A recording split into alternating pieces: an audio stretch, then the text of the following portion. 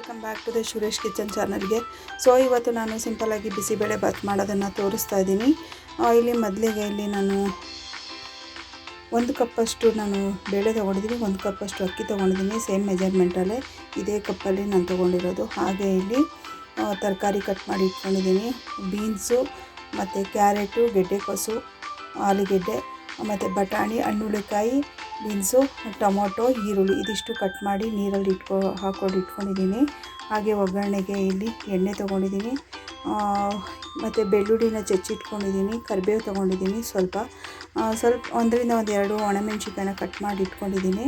ಹಾಗೆ ಸಾಸಿವೆ, ಜೀರಿಗೆ ತೊಗೊಂಡಿದ್ದೀನಿ ಸ್ವಲ್ಪ ಮತ್ತು ಇದು ಬಿಸಿಬೇಳೆ ಬಾತ್ ಮಾಡೋದಕ್ಕೆ ಇಲ್ಲಿ MTR ಅವ್ರದ್ದು ಬಿಸಿಬೇಳೆ ಬಾತ್ ಪೌಡರ್ನ ತೊಗೊಂಡಿದ್ದೀನಿ. ಬನ್ನಿ ಇವಾಗ ಹೇಗೆ ಮಾಡೋದು ಅಂತ ತೋರಿಸ್ತೀನಿ. ಇವಾಗ ಕುಕ್ಕರ್ಗೆ ಹಾಕ್ಕೊಬೇಕು, 1 ಬೈ 1 ಹೇಗೆ ಮಾಡೋದಂತ ತೋರಿಸ್ತೀನಿ. ಇವಾಗ ಕುಕ್ಕರ್ಗೆ ತೊಳೆದಿಟ್ಕೊಳ್ಳೋಂಥ ಬೇಳೆ, ಅಕ್ಕಿ 2 ಹಾಕ್ಕೊತಿದ್ದೀನಿ. ಹಾಗೆಯೇ ತರಕಾರಿ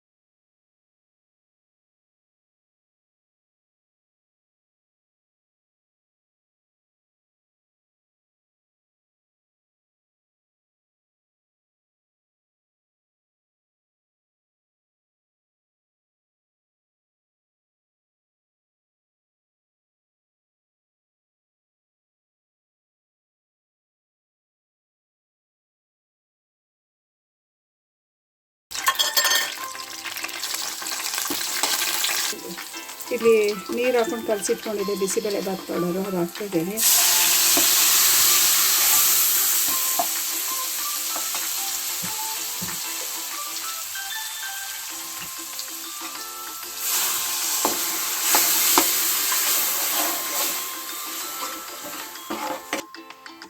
ಇವಾಗ ಇಲ್ಲಿ ಬೇಯಿಸಿಟ್ಕೊಂಡಿರೋಂಥ ಅನ್ನ ಎಲ್ಲನೂ ಇಲ್ಲಿ ಹಾಕ್ಕೊಳ್ತೀನಿ.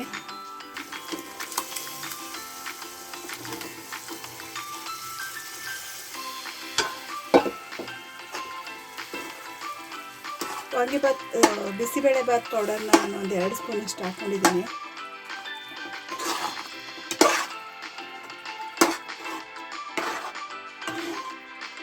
ಇಲ್ಲಿ 1 ಲೋಟ 1.5 ಲೋಟ ನೀರು ಹಾಕ್ಕೊಂಡಿದ್ದೀನಿ ಅಷ್ಟೇ. ನೋಡಿ